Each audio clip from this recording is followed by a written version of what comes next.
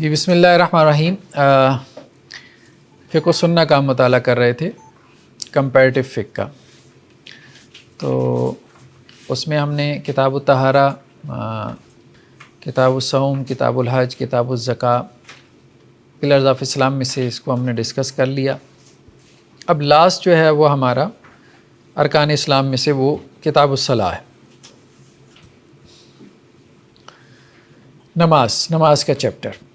اور یہ ذرا بقیہ چیپٹرز کی نسبت تفصیلی بھی ہے۔ اس کی وجہ یہی ہے کہ ارکان اسلام میں سب سے پہلے نماز کا تذکرہ ملتا ہے اور بہت شد و مت کے ساتھ ملتا ہے۔ رسول اللہ صلی اللہ علیہ وسلم کی ایک حدیث ہے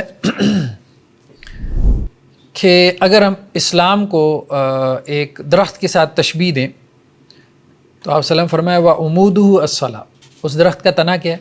نماز ہے۔ جس طرح تنے کے بغیر جو ہے وہ درخت کا کوئی کانسیپٹ نہیں، اسی طرح نماز کے بغیر دین کا کانسیپٹ نہیں۔ اور کہا کہ اس کی جو چوٹی ہے، جیسے ہر درخت کی چوٹی ہوتی ہے، تو وہ جہاد ہے۔ حضرت انس رضی اللہ عنہ سے ہے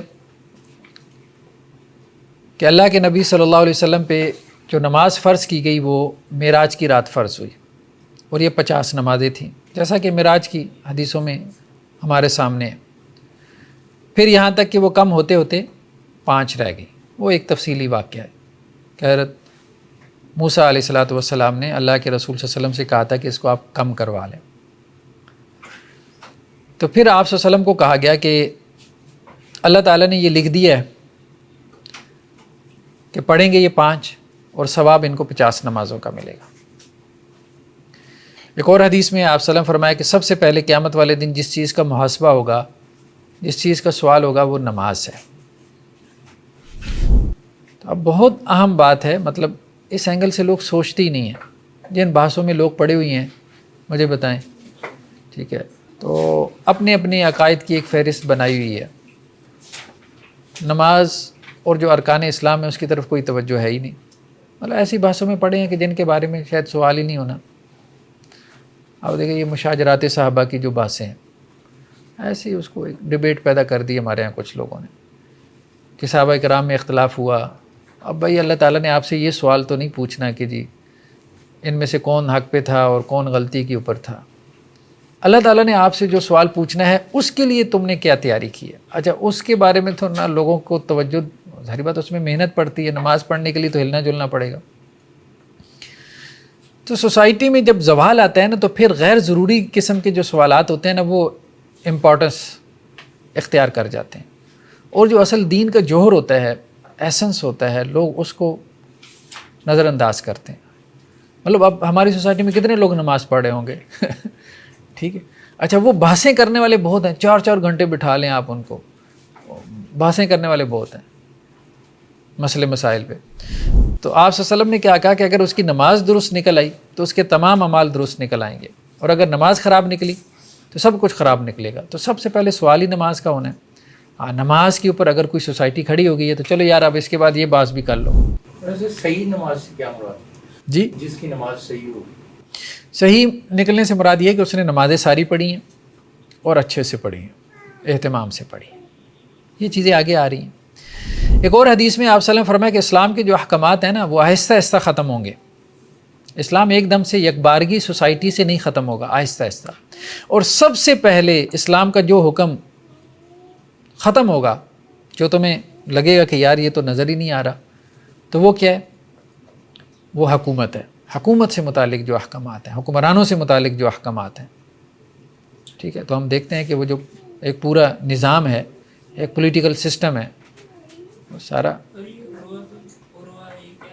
ایک ایک کر کے، ہاں جیسے ایک ایک کڑی جو ہے وہ ٹوٹتی ہے نا، تو اسی طرح اسلام کا ایک ایک حکم جو ہے وہ غائب ہوگا سوسائٹی سے، معاشرے میں سے، مسلمانوں کی پریکٹس میں سے۔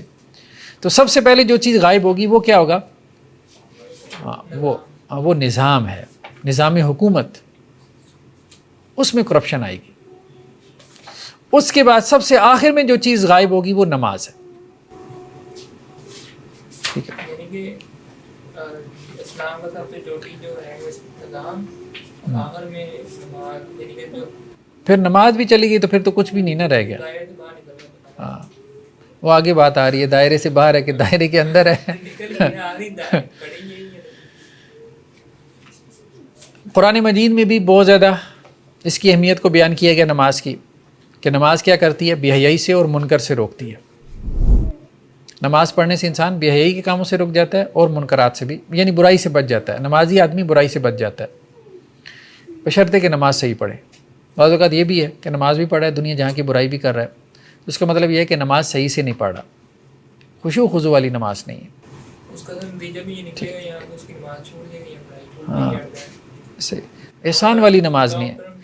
نماز جو ہے نا وہ ایک رسم بن جاتی ہے، پھر برائی کے ساتھ چلتی رہتی ہے، لیکن اگر احسان والی نماز ہو تو وہ لازماً برائی کو چھڑوا دیتی ہے۔ ہاں، وَأَقِمِ الصَّلَاةَ لِذِكْرِی، یہ بھی کہا گیا کہ نماز میری یاد کے لیے، اللہ کی یاد کے لیے، یعنی اللہ کو یاد کرنے کا ایک ٹول ہے ہمارے پاس۔ بعض اہل علم نے یہ بھی کہا نا کہ جو بندہ یہ چاہتا ہے کہ وہ اللہ سے باتیں کرے تو نماز کی نیت کر لے، اور جو یہ چاہتا ہے کہ اللہ اس سے باتیں کرے تو وہ قرآن کھول لے۔ ٹھیک ہے، وَأَقِیمُوا الصَّلَاةَ وَآتُوا الزَّکَاۃَ، یہ تو فریض قرآن میں کئی مقامات پہ ہے، نماز قائم کرو۔ ٹھیک ہے، اور اقامت الصلاۃ سے کیا مراد ہے؟ نماز کا پورا نظام، جماعت کے ساتھ پڑھنا، خشوع خضوع کے ساتھ، اہتمام کے ساتھ، وقت پہ پڑھنا، اس کے ارکان، اس کی سنن کا لحاظ کر کے پڑھنا۔ یہ ان صلاۃ تنہی عن الفحشاء، نماز قائم کرو، ولذکر اللہ اکبر، اور اللہ کا ذکر بڑی چیز ہے۔ ذکر کے اندر نماز ہے، اللہ کی یاد، مطلب نماز ایک بہت بہت بڑی چیز ہے نا، اس کو سمجھنے کی کوشش کرو۔ نماز میں ہم اللہ کو یاد کرتے ہیں نا۔ ہاں، کچھ لوگ نماز کو حقیر سمجھتے ہیں نا، چھوٹا سمجھتے ہیں، تو اس طرف توجہ دلائی گئی، وَلَذِكْرُ اللَّهِ اکبر۔ اللہ کا ذکر چھوٹی بات تو نہیں، اللہ کو یاد کرنا، اللہ کو یاد رکھنا بہت بڑی بات ہے۔ وَاسْتَعِینُوا بِالصَّبْرِ وَالصَّلَاةِ، نماز کے ذریعے مدد طلب کرو اور صبر کے ذریعے، یعنی جب بھی تمہیں کوئی مشکل پیش آتی ہے، آپ صلی اللہ علیہ وسلم کا بھی یہی معمول تھا کہ 2 رکعت کی طرف متوجہ ہو جاتے تھے دنیا میں جب بھی کوئی مشکل پیش آتی تھی۔ فَصَلِّ لِرَبِّكَ وَانْحَرْ، اپنے رب کے لیے نماز پڑھیں، قربانی کریں۔ قُلْ إِنَّ صَلَاتِي وَنُسُكِي وَمَحْيَايَ وَمَمَاتِي، میری نماز، میری قربانی، جینا مرنا سب اللہ کے لیے۔ قَدْ أَفْلَحَ الْمُؤْمِنُونَ، مومن کامیاب ہیں جو اپنی نمازوں میں خشوع خضوع سے کام لیتے ہیں اور جو اپنی نمازوں کی حفاظت کرتے ہیں۔ ٹھیک ہے، نمازوں کی حفاظت کرو، خاص طور پہ جو ہے وہ درمیانی نماز کی۔ تو طرح طرح سے نماز کے بارے میں، یعنی آپ یوں کہ ایک مرتبہ نہیں، سینکڑوں اعتبار سے، 20 طرح سے نماز کے بارے میں حکم دیا کہ نماز یوں نہیں تو یوں سمجھ جاؤ، یوں نہیں تو یوں سمجھ لو۔ ٹھیک، اور یہاں تک کہ اس کو جنگ کی حالت میں بھی معاف نہیں کیا۔ کیا کہا کہ جب دشمن کا خوف ہو تو کیا کرو؟ نماز میں قصر کر لو۔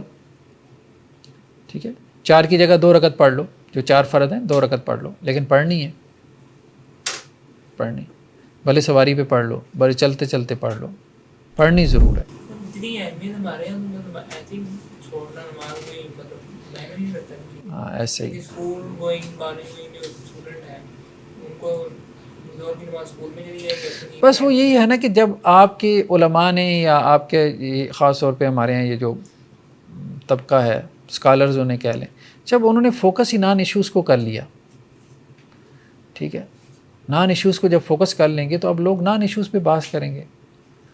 جب ہر دوسرا خطبہ نماز پہ دیں گے تو پھر کوئی اہمیت نماز کی پیدا ہوگی نا۔ تو اب یہ ہے کہ محرم بنا لیا، ربیع الاول بنا لیا، تو اسے لگتا ہے کہ جی بس میری تو جنت پکی ہے، نماز پڑھی نہ پڑھی۔ اب جیسے قرآن میں اس کے اوپر بہت وعید بھی آئی ہے، نماز نہ پڑھنے پہ وعید ہے۔ تو اللہ تعالیٰ نے انبیاء کا تذکرہ کرنے کے بعد کہا کہ اس کے بعد، یعنی انبیاء کے جانے کے بعد کچھ ناخلف قسم کے لوگ آ گئے، بیکار، جو انبیاء کے وارث بنے۔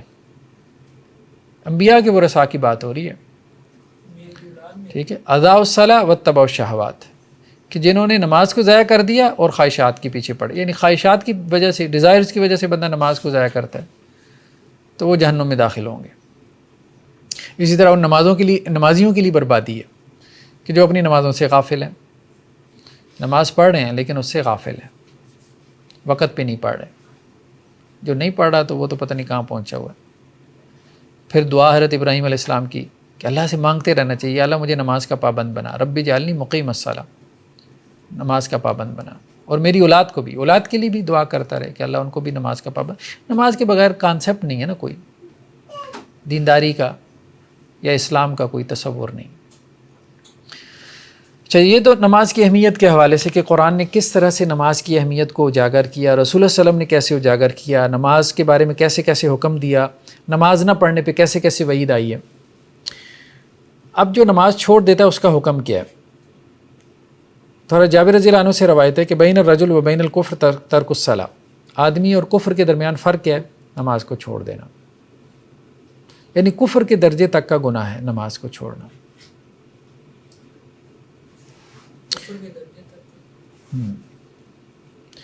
ایک اور روایت میں آپ صلی اللہ علیہ وسلم فرمایا کہ ہمارے اور ان کے درمیان جو عہد ہے وہ کیا ہے؟ وہ نماز ہے۔ جس نے نماز کو چھوڑ دیا فمن ترک فقط کفر، اس نے کفر کیا۔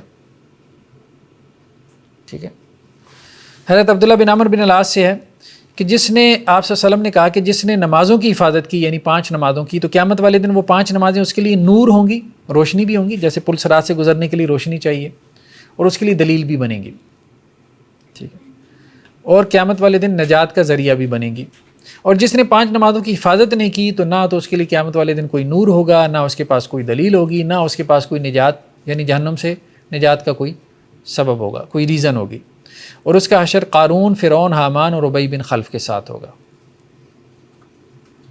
اب انہوں نے تشریح میں لکھا ہے کہ یہ کیوں کہا گیا قارون کے ساتھ اس کا حشر ہوگا، تو ابن قیم کہتے ہیں کہ اگر تو مال و دولت کی وجہ سے اس نے نماز کو چھوڑا تو اس کا حشر قارون کے ساتھ ہوگا، اور اگر اپنی سلطنت اور اپنے عہدے کی وجہ سے چھوڑا تو پھر فرعون کے ساتھ ہوگا، اور اگر اپنی وزارت کی وجہ سے تو پھر حامان کے ساتھ ہوگا، اور اپنی تجارت کی وجہ سے تو پھر ابی بن خلف کے ساتھ ہوگا۔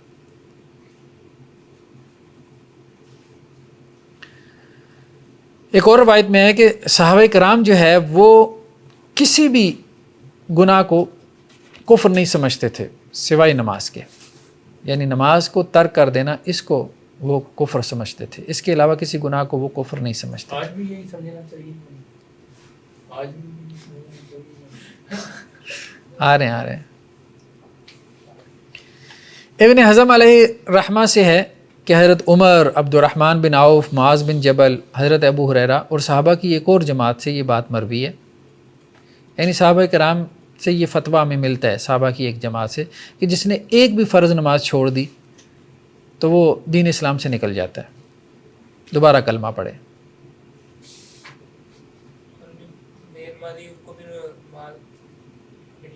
ٹھیک ہے۔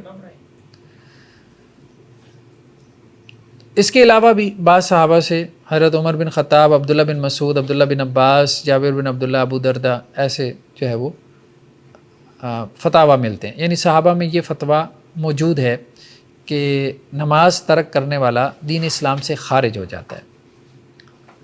یہی فتویٰ بعد میں امام احمد بن حنبل نے لے لیا۔ ٹھیک ہے، ائمہ میں سے امام احمد بن حنبل کا یہی فتویٰ ہے کہ بے نمازی جو ہے وہ دائرہ اسلام سے خارج ہے، وہ کافر ہے۔ آج بھی سعودی علماء جو فتویٰ دیتے ہیں تو ان میں سے ایک بڑی تعداد ہے جو اسی کے اوپر فتویٰ دیتی ہے کہ بے نمازی کافر ہو جاتا ہے۔ یہاں تک کہ اگر کوئی خاتون پوچھ لینا کہ جی میرا شوہر نماز نہیں پڑھتا تو کہ اس کے نکاح میں کیوں ہو، تمہارا تو نکاح ہی ختم ہو گیا۔ مطلب وہ اس کے اثرات بھی مرتب کرتے ہیں، یہ نہیں کہ وہ کوئی رسمی فتویٰ دیتے ہیں یار یہ کافر ہو گیا، وہ کہتے ہیں تیرے لیے جائز ہی نہیں ہے، وہ تو کافر ہے، تو اس کے نکاح میں کیسے بیٹھی ہے۔ ہاں، نکاح ختم کرتے ہیں، وراثت ختم کرتے ہیں، سب کچھ ختم کرتے ہیں۔ ٹھیک ہے، تو وراثت نہیں ملے گی ہیں، مومن، ہاں وہ ایک دوسرے کے وارث نہیں نا بنتے۔ ہم یہ نہیں کہہ رہے ہمارا موقف کیا ہے، آپ کا کیا ہے، ابھی ہم یہ سمجھ رہے ہیں کہ ایک موقف یہ ہے، ایک موقف یہ ہے، دوسرا بھی ہے، ہاں دوسرا بھی ہے۔ قریب ترین ہے نبی کریم صلی اللہ علیہ وسلم، یہ موقف۔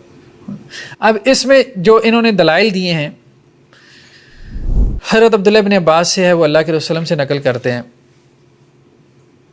کہ جی دین کی جو بنیادیں ہیں وہ 3 ہیں جن کے اوپر اسلام کھڑا ہے، جس نے ان میں سے ایک کو بھی چھوڑ دیا تو وہ کافر ہے۔ ان میں سے ایک کیا ہے؟ شہادت اللہ الہ الا اللہ، اور دوسری فرض نماز، اور تیسری رمضان کے روزے۔ اب یہ کام زیادہ وسیع ہو گیا اس روایت سے، ٹھیک ہے۔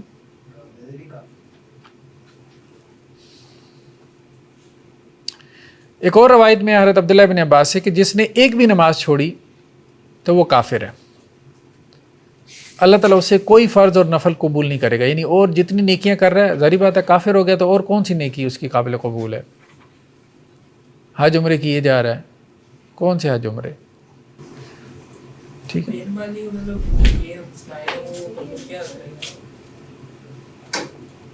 ابھی تو ہم پڑھ رہے ہیں نا، اس کو سنانا ہے کہ نہیں، وہ بات کی بات ہے۔ حسن درجی کی روایات ہیں، حسن درجی کی، حضرت عبداللہ بن عباس ہیں، ہم نے کہا صحابہ میں یہ فتاویٰ موجود تھے، صحابہ میں تھے، تو زیادہ یہ ہے کہ یہ موقوف روایات ہیں۔ موقوف کہتے ہیں کہ یعنی جن میں کافر کا لفظ آیا نا وہ موقوف روایات ہیں۔ موقوف کہتے ہیں کہ صحابہ کے فتاویٰ ہیں، اللہ کے رسول صلی اللہ علیہ وسلم سے اتنا صراحت کے ساتھ چیزیں نہیں مروی، ورنہ تو اختلاف ہی نہ ہوتا۔ ویسے نبی صلی اللہ علیہ وسلم کی حدیث تو یہ بھی ہے نا کہ بنی الاسلام علی خمس، تین کا ذکر، یہ پہلے کی ہاں اس میں جو وہ لکھا ہے کہ حلہ دم ہو امال ہو، تو یہ اس شخص کے بارے میں جو کہتا ہے کہ نماز ہے ہی نہیں، مطلب کچھ بھی نہیں ہے۔ نہیں یہاں تو نہ پڑھنے والے کی بات ہو رہی ہے نا۔ ہاں من ترک واحدۃ منہن فہو بہا کافر حلال الدم۔ اب میں تو ترجمہ نہیں کر رہا، زیادہ کام سخت ہو جائے گا، جتنا آپ کو سمجھ میں آ رہا ہے بس کافی ہے، ایک موٹا گزر جائیں بس، ٹھیک ہے۔ پچھلے دنوں وہ انجینئر محمد علی مرزا صاحب لگے ہوئے تھے، 22 کروڑ میں سے 21 کروڑ کافر بنا رہے تھے کہ وہ تو بے نمازی ہیں، وہ تو کافر ہیں سارے۔ اب مسئلہ ظاہری بات ہے نازک ہے، اب 22 کروڑ میں 21 کروڑ کیسے؟ 21 کروڑ بھی مطلب 1 کروڑ بھی کہاں نمازی ہوگا؟ یہ والی جو حدیث ہے یہ ابن عباس نے روایت کیا تو یہ مرفوع نہیں ہوئی؟ اصل میں وہ ہم اصول حدیث میں پڑھیں گے، بہت ساری چیزیں جو ہے نا وہ مرفوع کے طور پہ نقل ہوتی ہیں لیکن حقیقت میں وہ مرفوع نہیں ہوتی، موقوف ہوتی ہیں۔ جی یہ حالت نہیں ہوگی اگر آپ جس طرح یہ کہہ رہے ہیں، صافی والی بات ہے کہ میں اس کا ترجمہ نہیں کرتا۔ کیا یہ آپ نے کہا ہے نا کہ میں اب اس کا ترجمہ نہیں کرتا، یہ خیانت والی بات نہیں ہو جائے گی؟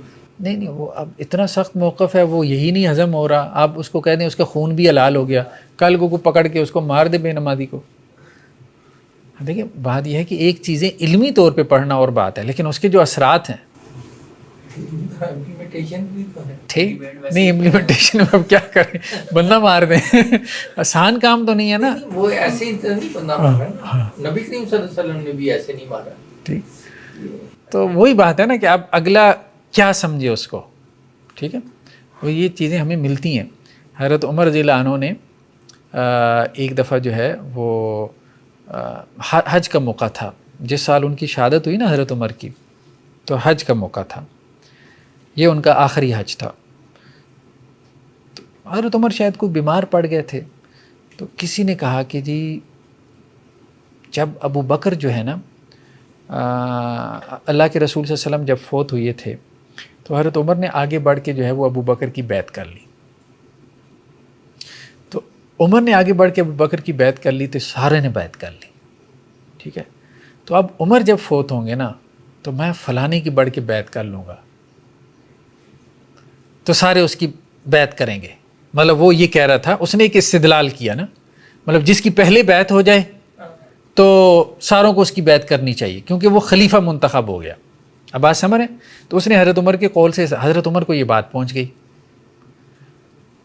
تو انہوں نے کہا کہ میں تو خطبہ دیتا ہوں یہاں اور یہ لوگ کیا باتیں کر رہے ہیں۔ تو بعض صحابہ نے منع کر دیا، انہوں نے کہا کہ دیکھیں حج پہ ہر قسم کے لوگ ہیں۔ حضرت عمر کو کہا یہاں بات کریں گے نا تو بات سے بات نکلے گی، پتہ نہیں کیا بن جائے گی، ہر کوئی اپنے انداز سے سمجھے گا اس کو اور اس کے اثرات پھر آپ روک نہیں سکیں گے۔ آپ ایسا کریں واپس مدینہ چلتے ہیں۔ مدینہ جو ہے وہ صحابہ کا مرکز ہے جنہوں نے رسول اللہ علیہ وسلم کی صحبت میں وقت گزارا ہے، وہاں چند جو نامور صحابہ ہیں ان کے سامنے بات کریں گے، وہ اس کو سمجھیں گے اور اس کے صحیح محل اور مقام پہ رکھیں گے۔ تو حضرت عمر نے کہا تم نے اچھا مشورہ دیا، پھر وہاں آج پہ بات نہیں کی۔ اب بات سمجھ، ہر آدمی کی اپنی ذہنی سطح ہے۔ اب یہ تو ہمارا اب جا رہے ہیں نا سوشل میڈیا پہ، اب کیا پتہ کون کس ذہن سے بیٹھا ہوا ہے، ٹھیک ہے۔ کوئی طالبان کے ذہن سے بیٹھا ہو تو کہ حافظ زبیر صاحب کے درس سے جو ہے نا وہ ہم نے یہ سیکھ لیا جیسے وہ ڈاکٹر ذاکر نائک کے بنگلہ دیش کے تو ہم یہ کہہ رہے ہیں کہ مطلب فقہی طور پہ ایک رائے موجود ہے، صحابہ میں بھی موجود ہے اور ائمہ میں بھی موجود ہے، اور وہ رائے کیا ہے کہ جو تارک صلاح ہے، جو نماز چھوڑنے والا ہے، وہ کافر ہو جاتا ہے، اور کافر ہونے کی وجہ سے اس کا خون بھی کیا ہو جاتا ہے، جائز ہو جاتا ہے، لیکن فی زمانہ اس کو بیان کرنا کافی مشکل کام ہے، ٹھیک ہے۔ ویسے بھی حکومت کا کام ہونا، ویسے بھی سعودی علماء بھی ابھی تک کفر کا فتویٰ دیتے ہیں، حلال الدم وہاں پہ بھی کوئی حد شد کوئی نہیں جاری کرتا کہ جی یہ بے نمازی ہے تو اس کی گردن اڑا دو، ایسا نہیں ہے، وہاں پہ بھی نہیں ہے۔ سر کر بھی کہہ سکتے ہیں جب سنت میں ملتا ہی نہیں ہے، ہاں کس چیز کو فالو کرے گا؟ کہنا تو اور بات ہے، جیسے صاحب فرماتے ہیں کہ جیسے ماں کہتی ہے کہ میں تمہاری ہڈیاں توڑ دوں گی، تو کیا وہ توڑتی تو نہیں ہے نا؟ ایسے ہی ہے۔ وہاں پر تو کوئی بے نمازی تھا ہی نہیں، موقوف پر ہوگا اس کے لوگ بھی بتا دیں۔ اب موقوف کا مطلب ہوتا ہے وقف، یعنی ٹھہر جانا، یعنی وہ روایت جو صحابی پہ جا کے ٹھہر گئی، ٹھیک ہے۔ مرفوع کا مطلب اٹھ جانا، جو صحابی سے اٹھ کے اللہ کے وسلم تک پہنچ گئی، سمیت ہو۔ ہاں ٹھیک۔ ایک اور روایت حضرت عبداللہ بن عمر سے، وہ یہ کہتے ہیں کہ آپ صلی اللہ علیہ وسلم نے کہا کہ مجھے یہ حکم دیا گیا کہ میں لوگوں سے قتال کروں یہاں تک کہ وہ گواہی دیں اللہ کے سوا کوئی معبود نہیں، محمد صلی اللہ علیہ وسلم اللہ کے رسول ہیں، نماز قائم کریں اور زکوٰۃ ادا کریں۔ تو تین چیزیں انہوں نے کہا کہ جی اللہ کے رسول نے کہا کہ قتال کروں گا میں، اگر ان میں سے کوئی ایک بھی کم ہوگی، کلمہ، نماز اور زکوٰۃ۔ ہاں اگر وہ یہ تینوں کام کر لیں تو پھر ان کا خون معاف ہے اور ان کا مال بھی محفوظ ہے، ٹھیک ہے۔ تو یہاں سے بھی انہوں نے استدلال کیا۔ ابھی تو ہم نے صرف ان کا استدلال سمجھنا ہے نا، پھر دوسروں کے استدلال کی طرف بھی آتے ہیں، ان کے پاس بھی حدیثیں ہیں، ایسا تو نہیں ہے نا، ان کے پاس بھی حدیثیں ہیں۔ حضرت ام سلمہ سے روایت ہے کہ اللہ کے وسلم نے کہا کہ دیکھو تمہارے اوپر ایسے حکمران مقرر ہوں گے، یعنی قیامت کے فتنوں سے آپ صلی اللہ علیہ وسلم نے ڈرایا کہ تم ان کے اعمال دیکھو گے تو تم ان کے اعمال کو، ان کے کرتوت ناپسند کرو گے، ٹھیک ہے۔ تو اگر تم نے ان کے کرتوتوں کو ناپسند کیا تو اللہ کے ہاں تم بری و ذمہ ہو، ٹھیک ہے۔ اور جس نے ان کے کرتوتوں کا رد کیا وہ تو بالکل بری و ذمہ ہے۔ ہاں جو ان کے کرتوتوں پہ راضی ہو گیا، ٹھیک ہے، ان کے حق میں نعرے لگاتا رہا، وہ پکڑا جائے گا۔ مگر کم از کم دل سے تو کراہت رکھو، کم از کم دل سے، زبان سے انکار کر دے تو بہت بہتر ہے۔ یہاں بھی 1 کروڑ پکڑے گے، ہیں یہاں بھی 1 کروڑ پکڑے گے۔ تو انہوں نے کہا اللہ کے رسول صلی اللہ علیہ وسلم کیا ہم ایسے حکمرانوں سے قتال نہ کریں؟ تو آپ صلی اللہ علیہ وسلم فرمایا نہیں، جنگ نہیں کرنی جب تک نماز پڑھیں۔ تو وہ کہہ رہے ہیں کہ جی دیکھیں نماز کی وجہ سے آپ صلی اللہ علیہ وسلم نے کہا نماز کون پڑھتا ہے؟ پڑھتے ہیں نماز، یہ پڑھتے ہیں نماز، جتنے ادارے میں اللہ اعلیٰ، اللہ بہتر جانتا ہے۔ لیکن ابھی تو ہم سمجھ رہے ہیں کہ انہوں نے یہاں سے استدلال کیا کہ جب تک نماز پڑھتے رہیں تو اللہ کے رسول نے کہا کہ نہیں، پھر ان کے منکرات کی وجہ سے ان سے قتال نہیں کرنی، نماز کی ویڈیو آتی رہتی ہے۔ نماز آڑے آ گئی ہے ان سے قتال میں۔ جی اس میں جو حدیث تھی ایک اور بھی ہے شاید، اس میں لکھا ہے کہ جب تک وہ نماز قائم کریں ہاں جو حکمران ہیں، جی جی، تو اس سے وہ دین قائم کرنے کے معاملے میں آتا ہے کہ صرف نماز؟ نہیں، نماز کی بات ہے، صرف نماز۔ نماز کی بات۔ ایک اور روایت میں ہے حضرت ابو سعید سے کہ حضرت علی رضی اللہ عنہ نے، وہ یمن میں تھے، آپ صلی اللہ علیہ وسلم نے ان کو بھیجا تھا، تو انہوں نے کچھ مال غنیمت میں جو ہے وہ آپ صلی اللہ علیہ وسلم کی طرف جو ہے وہ کچھ چیزیں بھیجیں۔ تو اللہ کے رسول صلی اللہ علیہ وسلم نے لوگوں میں تقسیم کیا وہ مال غنیمت۔ تو ایک آدمی نے آپ صلی اللہ علیہ وسلم سے کہا کہ اتق اللہ، اللہ سے ڈر جائیں۔ تو اللہ کے رسول صلی اللہ علیہ وسلم نے کہا کہ تو ہلاک ہو جائے، مطلب اللہ کا نبی اللہ سے نہیں ڈرے گا تو کون ڈرے گا، ٹھیک ہے۔ مطلب اس کو کم مال ملا نا تو اس نے اس پہ اللہ کے نبی صلی اللہ علیہ وسلم کو نصیحت شروع کر دی کہ آپ نے مجھے میرے حصہ جتنا بنتا تھا اتنا نہیں دیا، تھے ایسے لوگ۔ تو وہ آدمی جب وہاں سے مجلس سے اٹھا ہے تو خالد بن ولید نے کہا اللہ کے رسول میں اس کی گردن نہ مار دوں؟ تو آپ صلی اللہ علیہ وسلم فرمایا نہیں، رہنے دو، ہو سکتا ہے نماز پڑھتا ہو، ٹھیک ہے۔ تو خالد نے کہا کہ اللہ کے رسول بہت سارے لوگ ایسے ہیں کہ وہ زبان سے کچھ کہتے ہیں لیکن ان کے دل میں کچھ اور ہوتا ہے، یہ نماز پڑھتا بھی ہے لیکن اس کا دل تو، اب ظاہری بات ہے اتنی بڑی بات اس نے کر دی۔ تو اللہ کے نبی صلی اللہ علیہ وسلم فرمایا نہیں، ہمیں کسی کا دل چیرنے کا حکم نہیں دیا گیا۔ تو گویا اس کی بھی بچت نماز کی وجہ سے ہوئی۔ تو مطلب اس قسم کی روایات سے استدلال کیا ان لوگوں نے جو یہ کہتے ہیں کہ جو بے نمازی ہے وہ دائرہ اسلام سے خارج ہو جاتا ہے، لیکن میجورٹی کی رائے یہ ہے کہ بے نمازی جو ہے وہ دائرہ اسلام سے خارج نہیں ہوتا، ائمہ ثلاثہ کی رائے یہی ہے، امام مالک، امام شافعی اور امام ابو حنیفہ کی۔ صحابہ نے نہیں ہوتا، امام احمد کی تو ان کے ساتھ ہوگی نا صحابہ کے ساتھ۔ ہاں ان کی جو ہے وہ صحابہ کے ساتھ ہوگی، آ رہی ہے بات، آگے آ رہی ہے۔ البتہ یہ بات ہے کہ امام مالک اور امام شافعی یہ کہتے ہیں کہ بے نمازی کو قتل کیا جائے گا، وہ انہی حدیثوں کی وجہ سے۔ وہ کہتے ہیں وہاں قتل کا ذکر ہے، یہ نہیں کہ کافر ہے۔ وہ کہتے ہیں قتل سے یہ کیسے پتہ چلتا ہے کہ وہ کافر ہو گیا؟ مسلمان کو بھی قتل کیا جا سکتا ہے حد کے طور پہ، قصاص میں بھی آپ مسلمان کو قتل کرتے ہیں نا، شادی شدہ جو ہے وہ زنا کرے تو وہاں پہ بھی آپ اس کو رجم کرتے ہیں، تو مسلمان کا قتل وہ کہتے ہیں جائز ہے، وہ کافر نہیں ہوا، وہ کہتے ہیں اس کے اوپر حد جاری ہوگی۔ تو امام شافعی اور امام مالک یہ کہتے ہیں کہ یہ بیسیکلی حد ہے بے نمازی کی، کہ اس کو حدن قتل کیا جائے گا، نہیں، جو کفر والی ارتدادن نہیں۔ کفر والی بھی تردید ہے۔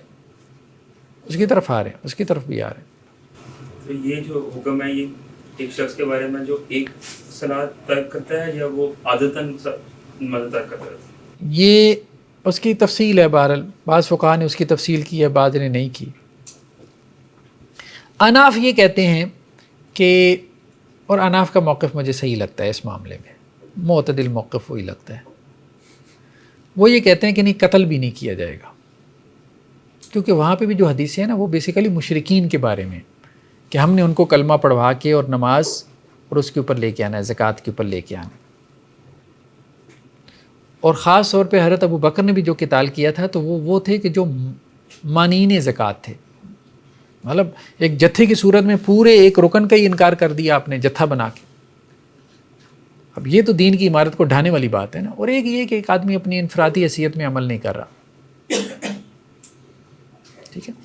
تو امام ابو حنیفہ علیہ الرحمہ کہتے ہیں کہ تعزیر کے طور پہ اس کو آپ قید کر دیں، یعنی اس کی سزا تعزیری سزا ہے۔ تعزیر کہتے ہیں، ایک حد ہے نا، حد میں تو یہ ہے، وہ کہتے ہیں، وہ تو دونوں کہتے ہیں نا قتل کر دیں، تو یہ کہتے ہیں نہیں، تعزیر یہ ہے کہ اس کو آپ قید کر دیں اور اس کو نصیحت کریں، مطلب علماء جا کے اس کو سمجھائیں، قائل کریں، نماز پڑھنا شروع کر دے تو فبیا، ٹھیک ہے، نہ پڑھنا شروع کرے تو ٹھیک ہے، پڑھا رہے جیل میں۔ اچھا، اس کی دلیل انہوں نے کیا دی؟ انہوں نے کہا دیکھیں قرآن میں آتا ہے ان اللہ لا یغفر ان یشرک بہ ویغفر ما دون ذلک لمن یشاء، اللہ تعالیٰ شرک معاف نہیں کرے گا، شرک کے علاوہ جو چاہے معاف کر دے۔ تو قرآن کا بہت کیٹیگریکل انداز ہے، شرک کے علاوہ اللہ تعالیٰ جس گناہ کو مرضی معاف کر دے، تو جب معاف کر دے تو اس کا مطلب یہ ہے کہ وہ کفر تو نہیں ہے اس کے علاوہ گناہ، اگر وہ کفر ہے تو کفر تو اللہ نے معاف ہی نہیں کرنا، ٹھیک ہے۔ تو ایک تو انہوں نے یہاں سے دلیل پکڑی قرآن کی ان آیات سے۔ دوسرا حدیثیں بھی آتی ہیں، مثال کے طور پہ ایک حدیث ہے کہ آپ صلی اللہ علیہ وسلم فرمایا کہ ہر نبی کی ایک دعا جو اللہ تعالیٰ لازماً قبول کرتے ہیں، اور میں نے اپنی دعا جو ہے وہ قیامت کے دن کے لیے بچائی ہوئی ہے، دنیا میں نہیں مانگی۔ آپ صلی اللہ علیہ وسلم نے کہا کہ میں نے اپنی دعا قیامت کے دن کے لیے بچا کے رکھی ہے، اور وہ کیا ہے کہ من مات لا یشرک باللہ شیئا، کہ جو مرا اس حال میں کہ اس نے اللہ کے ساتھ شرک نہیں کیا تو وہ جنت میں جائے، میں نے یہ دعا کرنی ہے، ٹھیک ہے۔ اسی طرح ایک اور روایت میں آپ صلی اللہ علیہ وسلم فرمایا قیامت والے دن میری شفاعت کے سب سے زیادہ حقدار کون ہوں گے؟ جو لا الہ الا اللہ کہے خالصا من قلبی۔ اور بہت ساری روایات ہیں جن میں یہ ذکر ملتا ہے کہ جہنم سے ان لوگوں کو نکالا جائے گا جن کے دل میں کوئی ذرے کے دانے کے برابر بھی ایمان ہوگا، رائی کے دانے کے برابر، ان کو بھی جہنم سے نکال لیا جائے گا۔ تو مطلب وہ کافر تو نہ ہوا، پھر عمل اس کا کچھ بھی نہیں ہے، صرف ایمان ہے، محض ایمان والا بھی جہنم سے نکالا جائے گا۔ تو ایسی روایتیں کافی زیادہ ہیں۔ دوسرا صحابہ تو یہ سوچتے بھی نہیں تھے کہ ایک مسلمان ہے اور ماں چھوڑتا ہوگا۔ یہاں پہ انہوں نے ذکر کیا کہ جی امام شافعی اور امام احمد، امام شافعی کی شاگرد ہے نا امام احمد، ٹھیک ہے۔ امام احمد کہتے تھے کہ جی تارک صلاح کافر ہو جاتا ہے، امام شافعی کہتے تھے کہ نہیں کافر نہیں ہوتا، تو دونوں میں بحث ہو گئی۔ تو امام شافعی نے جو ہے وہ امام احمد سے کہا کہ آپ یہ فتویٰ دیتے ہیں کہ وہ کافر ہو جاتا ہے؟ انہوں نے کہا ہاں میں تو دیتا ہوں۔ تو امام شافعی نے کہا اچھا پھر یہ بتائیں کافر ہو گیا چلو مان لیا ہو گیا, مسلمان کیسے ہوگا؟ تو امام احمد نے کہا کہ مسلمان کیسے ہوگا؟ کلمہ پڑھے, لا الہ الا اللہ محمد رسول اللہ یا اشہد ان لا الہ الا اللہ اشہد ان محمد عبدہ ورسولہ. تو امام شافعی نے کہا وہ تو پہلے ہی پڑھ رہا ہے, نماز ہی چھوڑی ہے نا, کلمہ تو پہلے ہی پڑھ رہا ہے وہ. آپ تو یہ کہہ رہے ہیں کہ تارک الصلاۃ کافر ہو جاتا ہے, کلمہ وہ پڑھی جا رہا ہے تو کافر ہوا کہ نہیں ہوا؟ تو انہوں نے کہا کافر تو ہوا. تو انہوں نے کہا مسلمان کیسے ہوگا؟ کلمہ پڑھے, وہ تو پہلے ہی پڑھی جا رہا ہے. تو امام احمد نے کہا اچھا پھر نماز پڑھے تو پھر نماز پڑھے تو مسلمان ہوگا. تو امام شافعی نے کہا کہ کافر کی نماز کیسے صحیح ہوگی؟ مطلب کلمے سے تو وہ مسلمان نہیں ہوا نا, کلمہ تو وہ پڑھی جا رہا ہے, ٹھیک ہے, وہ تو کافر ہے. اب آپ کہتے ہیں کہ جی وہ نماز پڑھے تو مسلمان ہوگا, تو کافر نماز پڑھے گا تو پہلا سوال تو یہی پیدا ہوگا کہ کافر کی نماز جائز بھی ہے کہ نہیں؟ سر یہ آسان بات ہے نا, ایک بندہ غیر مسلم ہے وہ کلمہ پڑھ کے مسلمان ہو جاتا ہے نا, اگر ایک بے نمازی مسلمان ہے وہ نماز پڑھ کے مسلمان ہو جائے گا بس. وہ فاسق فاجر کا لفظ زیادہ استعمال بہتر نہیں ہے, فاسق اور فاجر, ہاں یہ لفظ زیادہ بہتر نہیں کافر کی نسبت. فاسق و فاجر کا لفظ زیادہ بہتر ہے. ایک مسلمان غیر مسلم کے لیے مسلمان ہونے کا کرائٹیریا یہ ہے نا وہ کلمہ پڑھ کے مسلمان ہو, ایک مسلمان جو کلمہ پڑھ رہا ہے اس کے لیے مسلمان ہونے کا کرائٹیریا نماز پڑھ کے مسلمان ہوگا. بات یہ ہے کہ یہ بات اس کی دلیل کیا ہے؟ غیر مسلم جو ہے وہ کلمہ پڑھ کے مسلمان ہو جائے 1 2 4 5 6 7 حدیثیں, ٹھیک ہے, تو بے نمازی نماز پڑھ کے مسلمان ہوگا, اس کی دلیل کیا ہے؟ کیونکہ وہ نہیں, دلیل پہلے تو کتاب و سنت ہے یا کتاب و سنت کے علاوہ ہے؟ پہلے تو یہ بات کریں. یہ تو یہ کنفرم ہوا کتاب و سنت سے نہیں کہ وہ کافر ہو گئے, پہلے یہ کنفرم کر لیں. نہیں, ابھی ہم یہ بات کر رہے ہیں کہ وہ نماز پڑھ کے مسلمان ہوگا, یہ چیز ہمیں کتاب اللہ سے معلوم ہوئی یا سنت رسول سے معلوم ہوئی؟ وہ نماز چھوڑنے سے کافر ہو سکتا ہے تو نماز پڑھنے سے مسلمان نہیں ہو سکتا. تو پہلی بات بھی اختلاف ہے کہ نماز چھوڑنے سے کافر ہوتا ہے کہ نہیں ہوتا, وہی مسئلہ اختلافی ہے. چھوڑنے پر کافر مان رہے ہیں, وہ تو مان رہے ہیں نا. دیکھیں امام شافعی نہیں مان رہے نا. ہاں امام شافعی نہیں نا مان رہے, وہ یہ کہہ رہے ہیں کہ دیکھیں کلمہ پڑھنے سے بندہ مسلمان ہوتا ہے, صحیح بات یہی ہے, کلمہ پڑھنے سے مسلمان ہوتا ہے. عمل سے کوئی بندہ مسلمان نہیں ہوتا. ہندو نماز پڑھنا شروع کر دے تو وہ مسلمان ہو جائے گا. اسلام میں داخلے کا ایک ہی دروازہ ہے اور وہ شہادتیں. اس لیے امام احمد کا پہلا جواب یہی تھا. جب وہ پہلے جواب سے لاجواب ہوئے تو پھر وہ دوسری طرف گئے. کوئی بندہ اپنے فعل سے مسلمان نہیں ہوتا جب تک اقرار نہ کرے, کیونکہ یہ کمٹمنٹ ہے, ایک انشاء ہے نا اللہ اور آپ کے درمیان, ایک کمٹمنٹ ہے. یہ مطلب آپ اقرار کر کے, ایک کانٹریکٹ ہے نا, وہ کمٹمنٹ کانٹریکٹ آپ کریں گے تو تبھی آپ اسلام کے اندر داخل ہوں گے. وہ کوئی عمل تو نہیں ہے کہ آپ نے وہ عمل کیا اور آپ جو ہے وہ مسلمان ہو گئے, نہیں, ایسا نہیں. چلے بہرحال باقوری کا ہے فیصلہ کہ امام شافعی امام احمد کا. امام احمد خاموش ہو گئے, ان کے پاس کوئی جواب نہیں تھا. دیکھیں نا دونوں سوالوں میں ان کے پاس کوئی جواب نہیں تھا, خاموش ہو گئے. نہیں, رجوع نہیں کیا انہوں نے. یا آخر کہ فساقت الامام احمد, تو امام احمد خاموش ہو گئے. جو نہیں کیا وہ خاموش ہو. ہاں خاموش ہو گئے. وہ مطلب وہ یہی کہہ رہے تھے کہ ٹھیک ہے آپ استاد ہیں, آپ زیادہ ذہین ہیں, آپ نے مجھے لاجواب کر دیا, باقی میرا دل مطمئن نہیں ہے. ٹھیک. امام شوکانی یہ کہتے ہیں کہ ایک ہے حقیقی کافر. تو اگر تو آپ یہ کہتے ہیں کہ جی وہ حقیقی کافر نہیں ہوتا, مجازی کافر ہے, تو پھر اس میں کوئی حرج نہیں. حقیقی کافر اسے کہتے ہیں جو دار اسلام سے نکل گیا. مجازی کافر اس کو کہتے ہیں کہ بس مطلب اس کی برائی بیان کرنے کے لیے کہہ دیا گیا کہ یار یہ کفر کے درجے کا گناہ ہے. ٹھیک ہے, جیسے یہ کہہ دیا گیا کہ مسلمان کو قتل کرنا کفر ہے.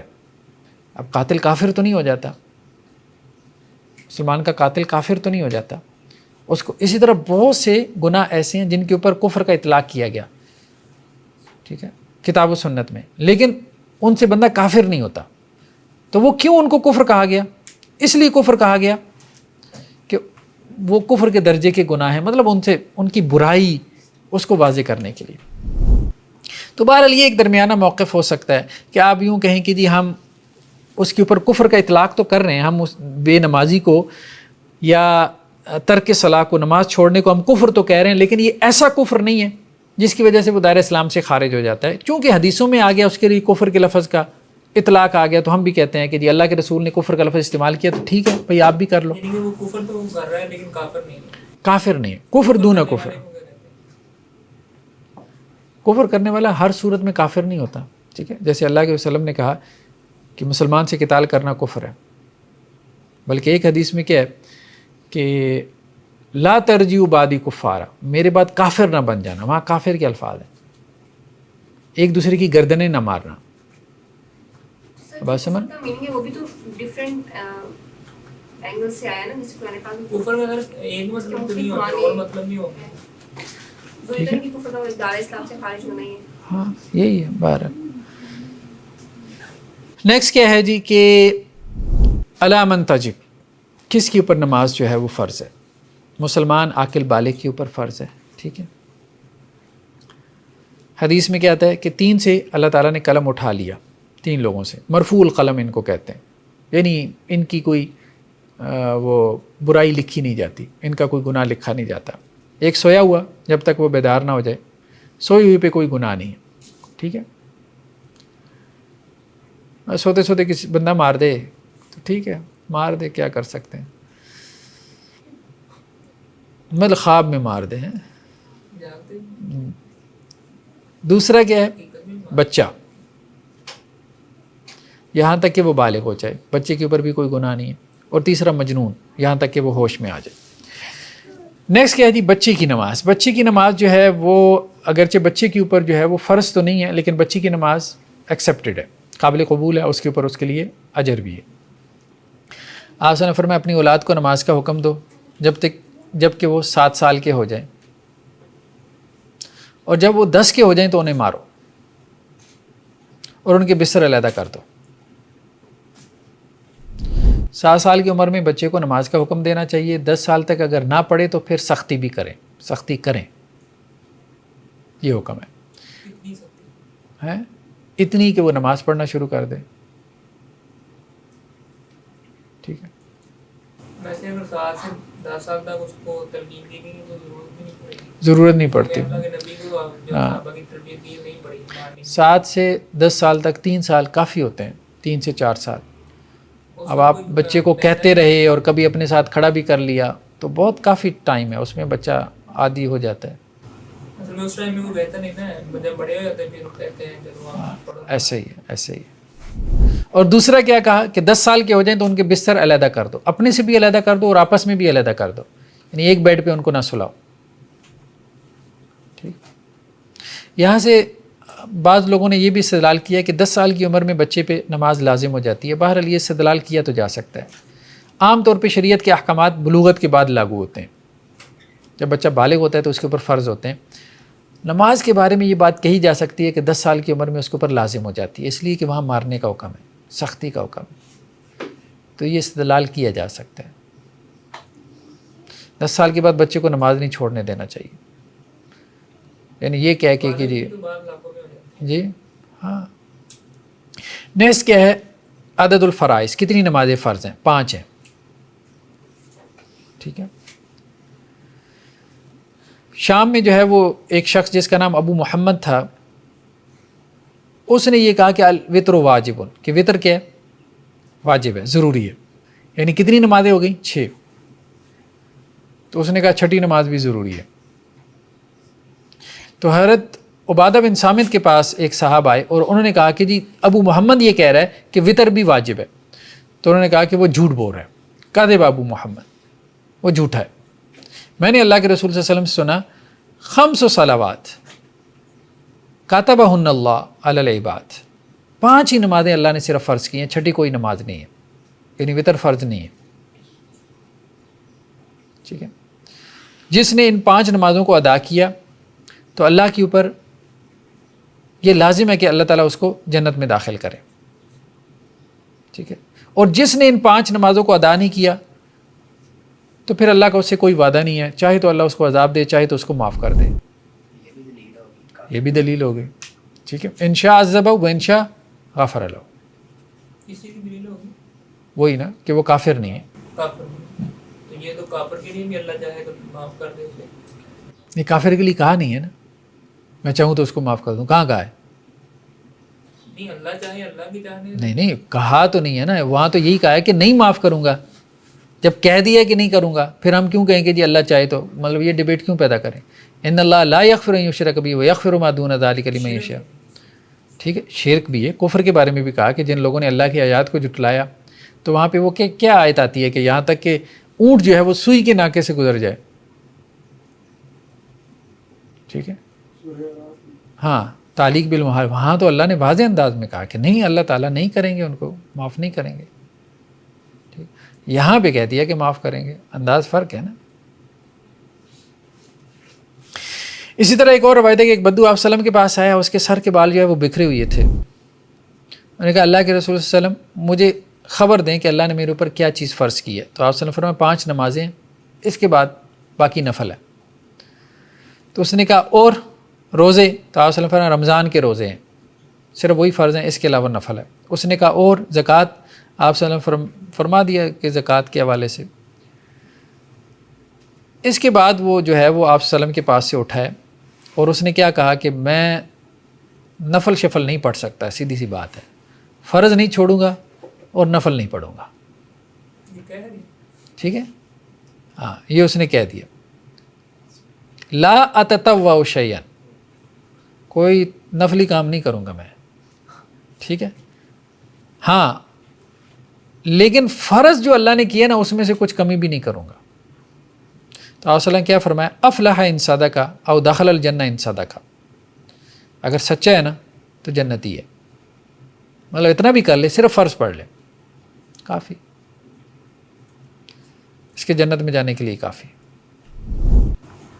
جو کوئی لوگوں کو یہ نماز کے طرف لانے کے لیے یہ بھی کہا جا سکتا ہے کہ آپ صرف فرض ہی پڑھ لیں. ہاں بالکل صحیح ہے، اچھا طریقہ ہے نماز کے اوپر لوگوں کو لانے کے لیے. آپ کہیں صرف فرض پڑھ لیں، سنتیں بھی نہ پڑھیں، صرف فرض پڑھ لیا کریں. ٹھیک ہے، بلکہ کبھی بہانے بونے مارے تو یہ بھی کہتے ہیں زور اثر ملا لیا کرو، مغرب عشاء ملا لیا کرو. بس پڑھے تو صحیح، شروع تو کریں، پھر انسان آہستہ آہستہ عادی ہو جاتا ہے.